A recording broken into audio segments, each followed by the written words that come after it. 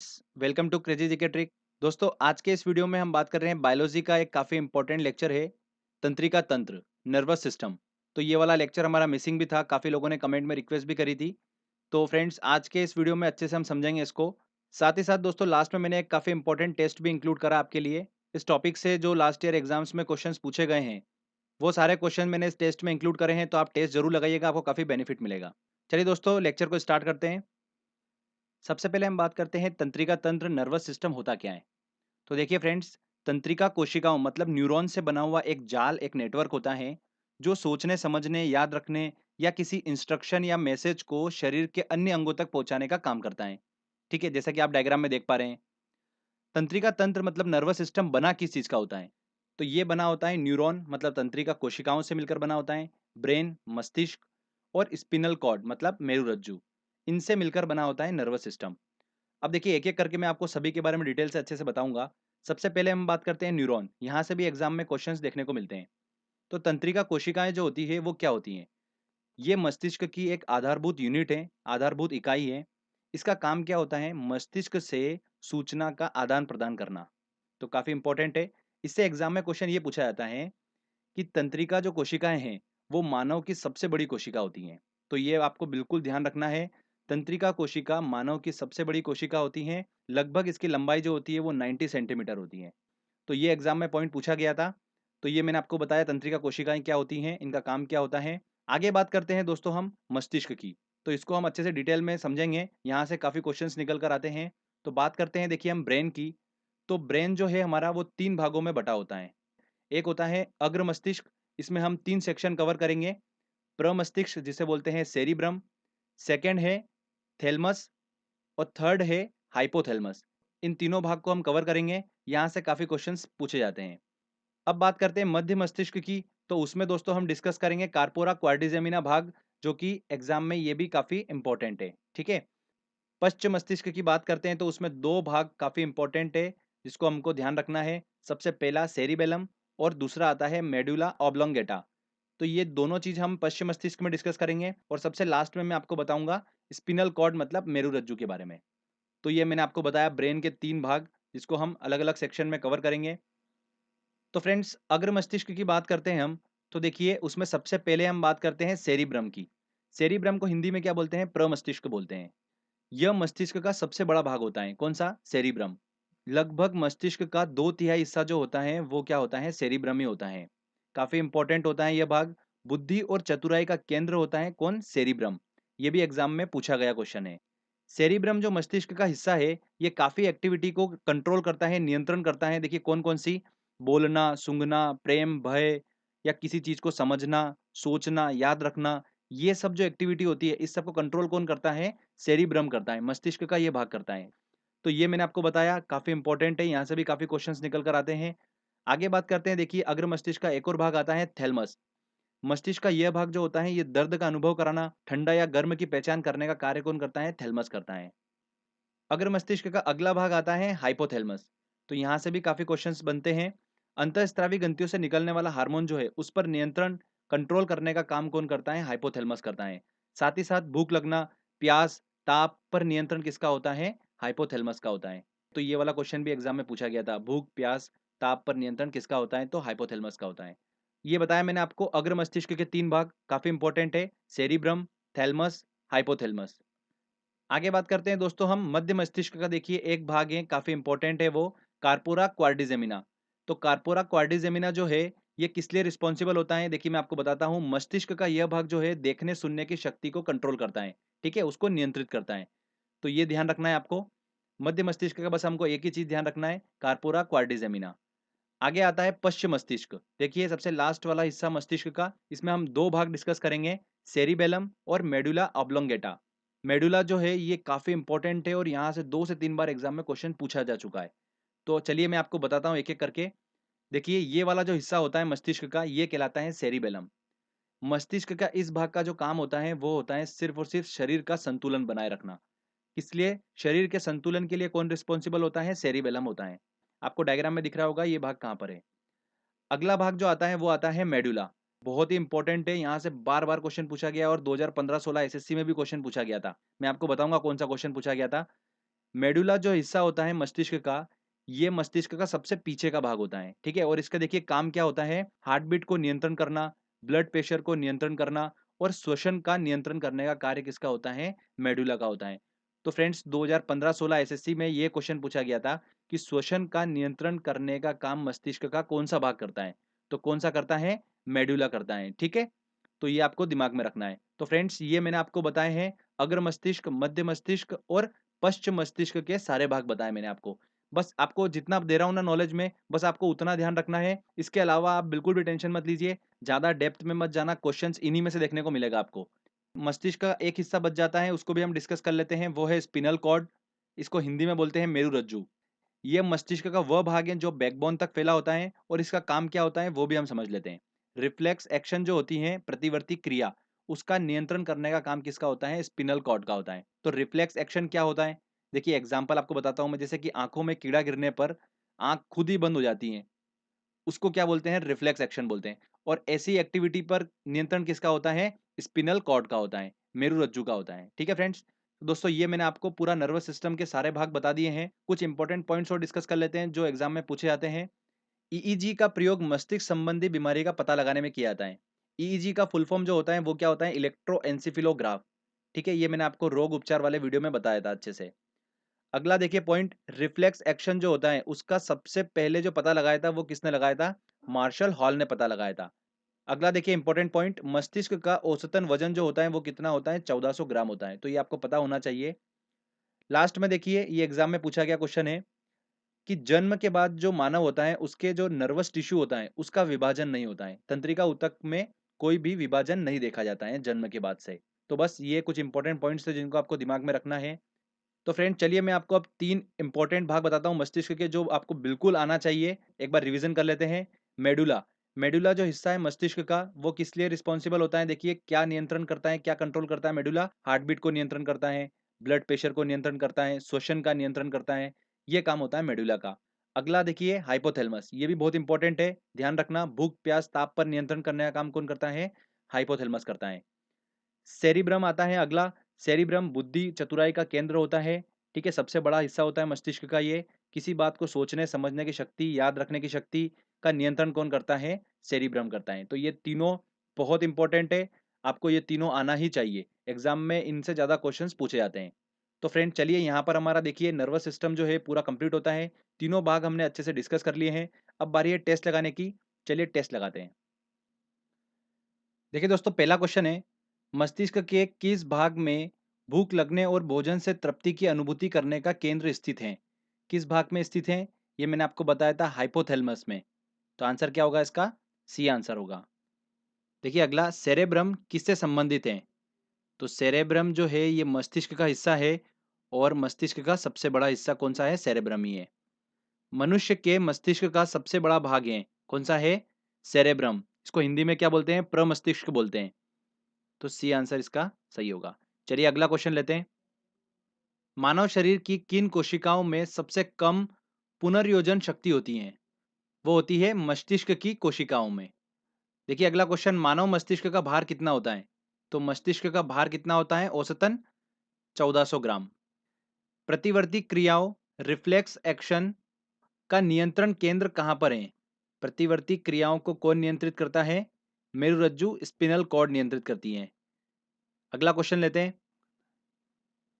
Neuron क्या है? Neuron क्या है? तंत्रिका तंत्र की आधारभूत इकाई है।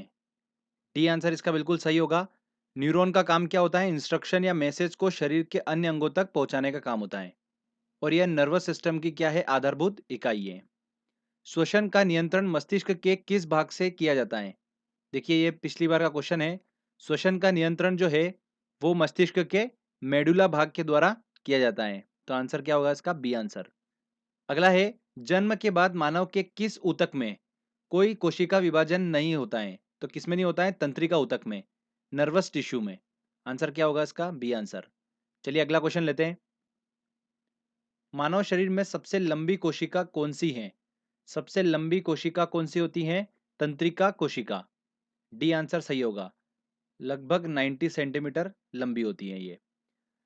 अगला देखिए, बुद्धि का केंद्र स्थित है। बुद्धि का केंद्र कहां पर स्थित होता है? प्रमस्तिष्क में। सेरिब्रम में।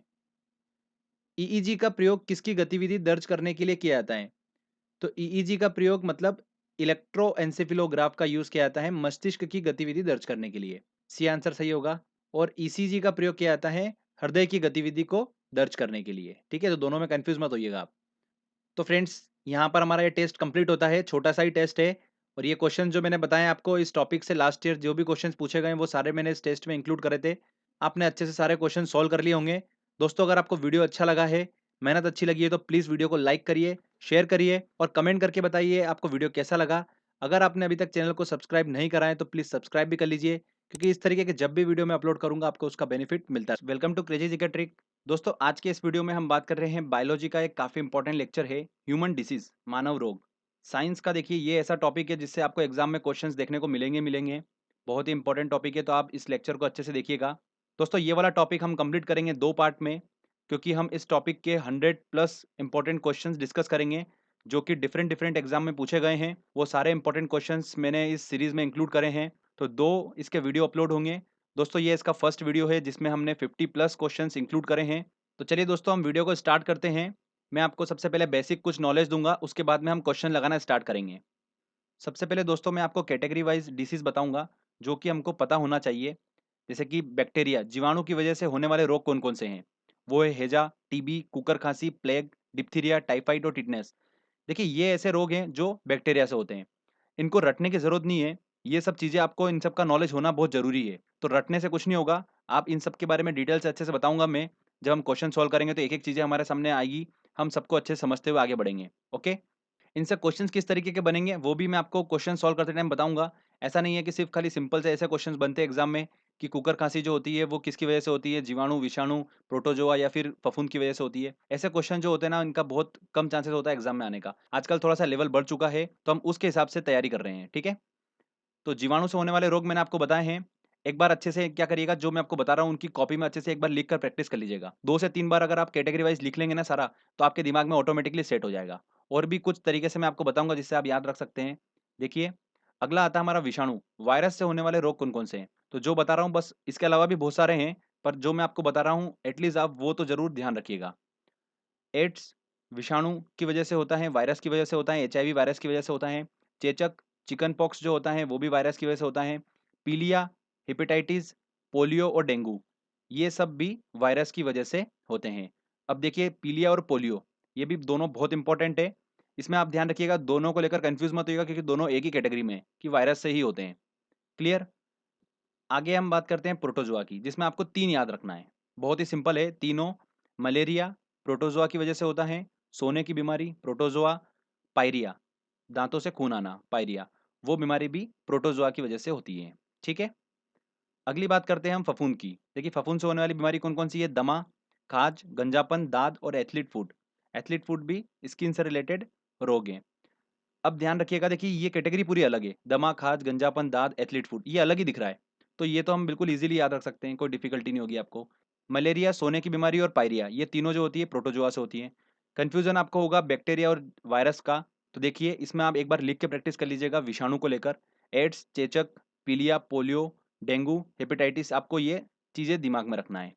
ठीक है? सिंपल सा। तो ये कैटेगरी मैंने आपको बताई है, इसलिए बताई है कि जब हम क्वेश्चन सॉल्व करेंगे और आपको हर बीमारी से रिलेटेड मैं क्वेश्चंस के साथ ही इंपॉर्टेंट नॉलेज देता चलूँगा।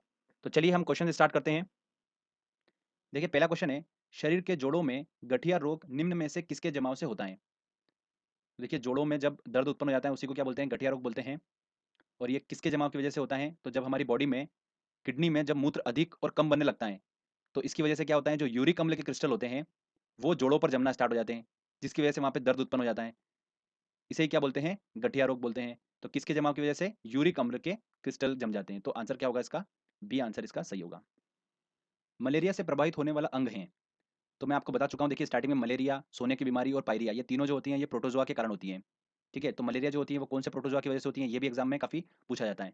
तो कौन से प्रोटोजोआ की वजह से होती है? देखिए, प्लाज्मोडियम। प्लाज्मोडियम नामक प्रोटोजोआ की वजह से मलेरिया नामक बीमारी होती है। और इसका देखिए हमारे शरीर में जो वाहक है वो कौन है? एक मादा मच्छर है, जिसका नाम भी आपको दिमाग में रखना है, एनाफ्लीज। एनाफ्लीज मादा मच्छर जो होती है वो इसको शरीर में पहुंचा देती है, जिससे मलेरिया नामक बीमारी हो जाती है। और इसमें जो हमारे शरीर का अंग प्रभावित होता है वो कौन सा होता है? प्लीहा। तो इसका आंसर क्या होगा? डी होगा। प्लीहा का देखिए साइज जो होता है वो बढ़ जाता है। ठीक है? तो दिमाग में रखिएगा इस चीज़ को। आगे देखिए क्वेश्चन, निम्न में से कौन सा प्लाज्मोडियम परजीवी, परजीवी मतलब प्रोटोजोआ का वाहक है? कौन है? अभी बताया मैंने आपको, एनाफिलीज मच्छर शरीर में पहुंचा देती हैं। तो इसका आंसर क्या होगा? ए आंसर इसका सही होगा। मच्छर के द्वारा प्लाज्मोडियम परजीवी हमारे शरीर में पहुंच जाता है। ठीक है फ्रेंड्स, चलिए अगला क्वेश्चन लेते हैं। निम्न में से कौन सा रोग कीट के काटने से होता है? स्कर्वी, डेंगू, निमोनिया, दमा। कौन सा होता है? देखिए डेंगू जो होता है वो मच्छर के काटने से होता है, तो आंसर क्या होगा इसका? बी आंसर सही होगा। डेंगू जो होता है वो वायरस के संक्रमण, विषाणु के संक्रमण से होता है। इसमें देखिए कौन फैलाता है ये? एडिस एजिप्टाई नामक मच्छर इसको फैलाता है। अभी हमने मलेरिया की बात करी थी तो उसमें एनाफ्लीज मादा मच्छर फैलाती हैं, जबकि अगर डेंगू की बात करें, एडिस एजिप्टाई मच्छर जो होता है वो इसको फैलाता है। हड्डी जोड़ों में इसमें भयंकर दर्द होता है, डेंगू में तेज बुखार आता है, रक्त में प्लेटलेट्स होते हैं उसमें क्या होती हैं? कमी कर देता है डेंगू। इसकी वजह से हड्डी जोड़ों में भयंकर दर्द और बुखार उत्पन्न हो जाता है। तो ये सारी इन्फॉर्मेशन दी है, इतना सब हमको पता होना चाहिए। देखिए अगला, डेंगू एक बुखार है जो उत्पन्न होता है तथा दूसरे मनुष्यों में पहुंचता है, वायरस और मादा एडिस मच्छर द्वारा। बिल्कुल ए आंसर इसका सही होगा। डेंगू बुखार में मानव शरीर में निम्नलिखित में से किसकी कमी हो जाती है? तो रक्त में प्लेटलेट्स की कमी हो जाती है, मैंने आपको बताया, तो आंसर क्या होगा इसका? ए आंसर इसका सही होगा। चलिए अगला क्वेश्चन लेते हैं। निम्नलिखित में से कौन सा रोग प्रोटोजुआ द्वारा होता है? तो प्रोटोजुआ द्वारा देखिए कौन सा होता है? मलेरिया होता है, बता चुका हूं मैं आपको। एंथोफोबिया निम्न का डर है। देखिए फोबिया क्या होता है? फोबिया होता है किसी घटना या वस्तु से डर उत्पन्न होना, यही क्या कहलाता है? फोबिया कहलाता है। तो जब फूल या फूल के किसी भाग से डर उत्पन्न होता है तो उसको ही क्या बोलते हैं? एंथोफोबिया बोलते हैं। ठीक है, तो यहाँ पर आंसर क्या होगा इसका? सी आंसर इसका सही होगा। तो फूलों से या फूल के किसी भाग से डर लगना एंथोफोबिया कहलाता है। अगर हम ऊंचाई की बात करें कि ऊंचाई से अगर किसी को डर लगता है तो उसको क्या बोलते हैं? उसको बोलते हैं एक्रोफोबिया। क्या बोलते हैं उसको? एक्रोफोबिया बोलते हैं। ठीक है, इस चीज को भी दिमाग में रखिएगा।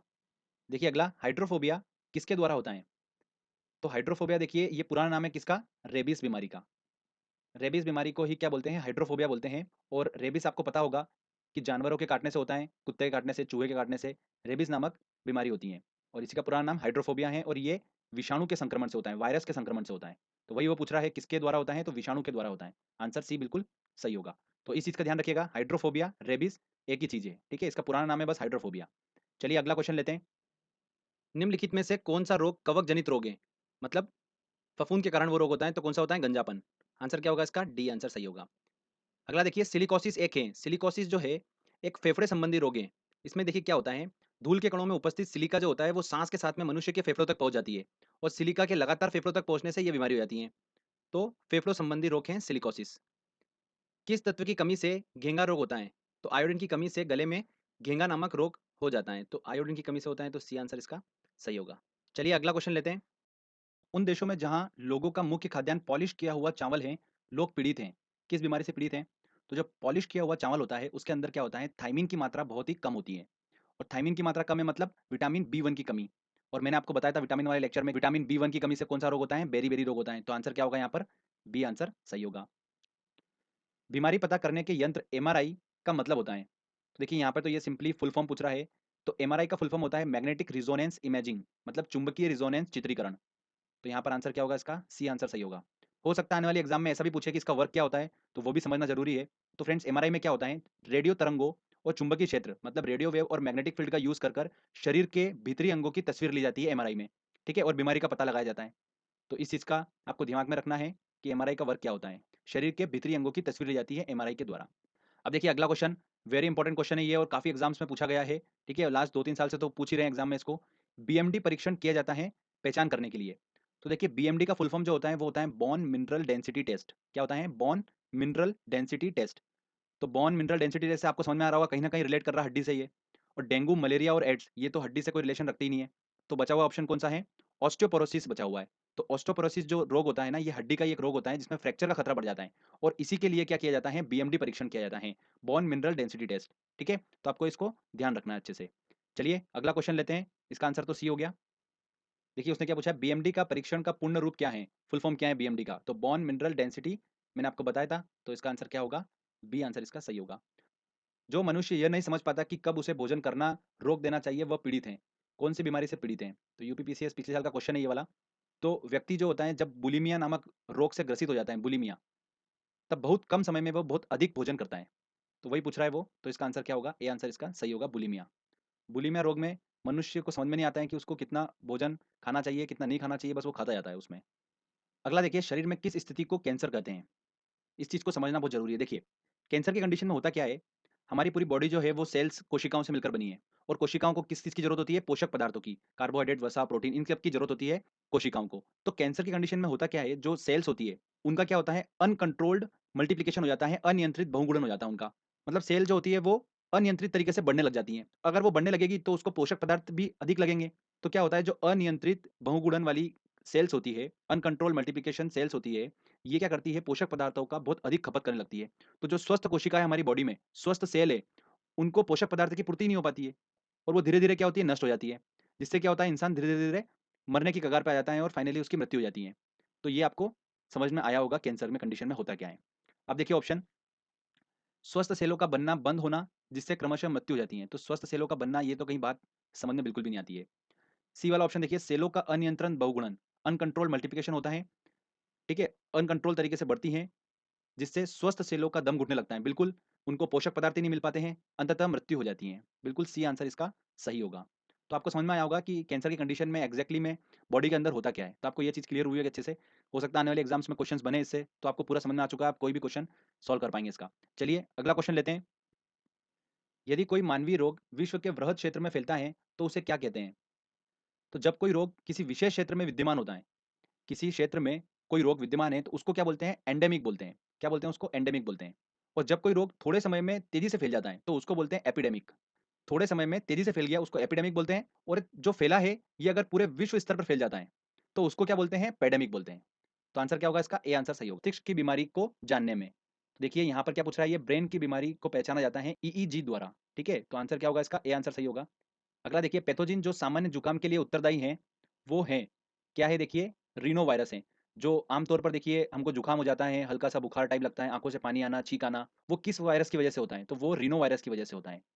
नेक्स्ट क्वेश्चन देखिए, डाउन सिंड्रोम एक जेनेटिक डिसऑर्डर है जो होता है, किस वजह से होता है? जब गुणसूत्रों की संख्या में परिवर्तन हो जाता है उसके कारण से डाउन सिंड्रोम नामक विकार उत्पन्न हो जाता है, डिसऑर्डर उत्पन्न हो जाता है। तो इसका आंसर क्या होगा, ए आंसर है। नेक्स्ट क्वेश्चन लेते हैं। हेपेटाइटिस रोग से मनुष्य शरीर का सीधा प्रभावित होने वाला अंग है। इंपॉर्टेंट क्वेश्चन है, हो सकता है एग्जाम में बने। हेपेटाइटिस रोग जो होता है किस वायरस की वजह से होता है? HBV वायरस की वजह से होता है, hepatitis B virus. Hepatitis B virus की वजह से हेपेटाइटिस रोग हो जाता है, जिसमें लीवर में जलन और सूजन पैदा हो जाती है। तो ये लीवर से संबंधित है, यकृत से। ये आंसर सही होगा। निम्नलिखित में से कौन सा रोग एक वायरस द्वारा होता है? डिप्थीरिया, मलेरिया, हेजा या हेपेटाइटिस? तो डिप्थीरिया, मलेरिया, हेजा, मलेरिया तो संबंधित है प्रोटोजोआ से, डिप्थीरिया, हेजा जो है वो बैक्टीरिया संबंधित है, और हेपेटाइटिस जो है वो वायरस से संबंधित है। तो आंसर क्या होगा इसका, डी आंसर सही होगा। निम्न में से कौन संक्रमित मच्छर के काटने से नहीं होता है? देखिए, पित्त ज्वर, मलेरिया, डेंगू, ये सब मच्छर के काटने से होता है। प्लेग जो होता है वो मच्छर के काटने से नहीं होता है। इसका आंसर ए सही होगा। प्लेग के बारे में देखिए ध्यान से सुनिएगा। ये प्लेग नामक जो बीमारी होती है, ये सबसे पहली बात तो बैक्टीरिया के कारण उत्पन्न होती है। अब कौन सा बैक्टीरिया रिस्पॉन्सिबल होता है इसके लिए? तो पेस्टुरेला पेस्टिस नामक बैक्टीरिया जो होता है वो रिस्पॉन्सिबल होता है प्लेग नामक बीमारी के लिए। इसमें क्या होता है, तेजी से बुखार आता है और इस रोग से शरीर के फेफड़े जो होते हैं वो प्रभावित हो जाते हैं। अब बात आती है कि ये प्लेग नामक जो बीमारी होती है ये आती कहाँ से? तो सबसे पहले ये जो बीमारी होती है, ये बीमारी होती है चूहों को। चूहों के शरीर पर क्या होते हैं, छोटे-छोटे पिस्सू होते हैं। ये पिस्सू क्या करते हैं, चूहों का रक्त जो खून चूसते रहते हैं। जिससे क्या होता है कि ये जीवाणु जो होता है, कौन-सा वाला? पेस्टुरेला पेस्टिस, उन पिस्सुओं के शरीर में आ जाता है, और जब ये पिस्सू काटते हैं किसी शरीर को, तो ये जीवाणु उस शरीर में चला जाता है, जिससे क्या होता है, प्लेग नामक रोग हो जाता है। तो ये संक्रमित मच्छर के काटने से नहीं होता है। तो इतना आपको पता होना चाहिए। हाँ, बिल्कुल सही है। रेबीज कुत्ता, ये भी सही है। टैपवर्म सूअर, टैपवर्म जो बीमारी होती है ये सूअर का अधपका मांस खाने की वजह से होती है। पोलियो बंदर, ये गलत है। पोलियो जो है एक संक्रामक रोग है, जो कि पोलियोमाइलाइटिस विषाणु कारण होता है, मैं आपको बता चुका हूँ। दूषित भोजन और जल द्वारा ये रोग होता है, जो कि नर्वस सिस्टम को प्रभावित करता है। तो ये बंदर वाला तो सिस्टम पूरा गलत है, तो डी आंसर सही होगा इसका। बच्चों में प्रोटीन की न्यूनता के कारण जो रोग उत्पन्न होता है वह है, तो देखिए भारत में भुखमरी बहुत ज़्यादा है। इसकी वजह से देखिए यहाँ पर ये रोग जो होता है वो ज़्यादा देखने को मिलता है, कौन सा? मेरास्मस। ये मेरास्मस रोग जो होता है ये प्रोटीन की कमी के कारण उत्पन्न होता है, और ये बच्चों में बहुत ज़्यादा देखने को मिलता है। तो यहाँ पर आंसर क्या होगा, ए आंसर सही होगा। इंपॉर्टेंट क्वेश्चन है, देखिए ये यूपीपीसीएस 2013 क्वेश्चन पूछा गया था। चलिए अगला क्वेश्चन लेते हैं। देखिए सूची 1 को सूची 2 से सुमेलित कीजिए। देखिए यहाँ पर मलेरिया, मलेरिया जो होता है वो प्रोटोजोआ के द्वारा होता है। पोलियो जो है वो वायरस के द्वारा, 3 होगा। दाँत जो होगा वो कवक के द्वारा, और तपेदिक जो होगा वो बैक्टीरिया के द्वारा। तो बस ऑप्शन देख लीजिए, ए का फोर्थ वाले देखिए यहाँ पर 2 दिख रहे हैं हमको। डी का 1 देखिए ए वाला हो। तो आंसर क्या होगा, ए आंसर इसका सही होगा। तो फ्रेंड्स देखिए ये हमारा जो था, ये हमारा पहला पार्ट है ह्यूमन डिसीज़ का पहला पार्ट हमारा कंप्लीट हुआ जिसमें हमने 51 क्वेश्चंस इंपॉर्टेंट कंप्लीट करे हैं। अभी बहुत सारे डिसीज़ बाकी है, जैसे एड्स के बारे में आपको मैं अच्छे से डिटेल में बताऊँगा क्योंकि काफ़ी क्वेश्चंस बनते हैं वहाँ पर। चिकनगुनिया से रिलेटेड क्वेश्चंस भी एग्ज़ाम में देखने को मिल रहे हैं, तो वो भी मैं आपको अच्छे से बताऊँगा। वो सारा हम कवर करेंगे पार्ट 2 में। पार्ट 2 में भी दोस्तों 50 प्लस समथिंग क्वेश्चंस है, इसके अभी बाकी है। अच्छे-अच्छे क्वेश्चंस अभी बाकी है इसके, तो वो हम पार्ट फ्रेंड्स अच्छे से मेहनत करते रहिए, सफलता आपको ज़रूर मिलेगी। अगर दोस्तों आपको ये मेहनत अच्छी लगी है तो प्लीज़ वीडियो को लाइक करिए, शेयर करिए और कमेंट करके बताइए वीडियो कैसा लगा। अगर दोस्तों आपने अभी तक चैनल को सब्सक्राइब नहीं करा है तो प्लीज़ सब्सक्राइब भी कर लीजिए क्योंकि इस तरीके के जब भी वीडियो मैं अपलोड करूँगा आपको उसका बेनिफिट मिलता रहेगा। तो फ्रेंड्स मिलते हैं अगले वीडियो में। जय हिंद, जय भारत।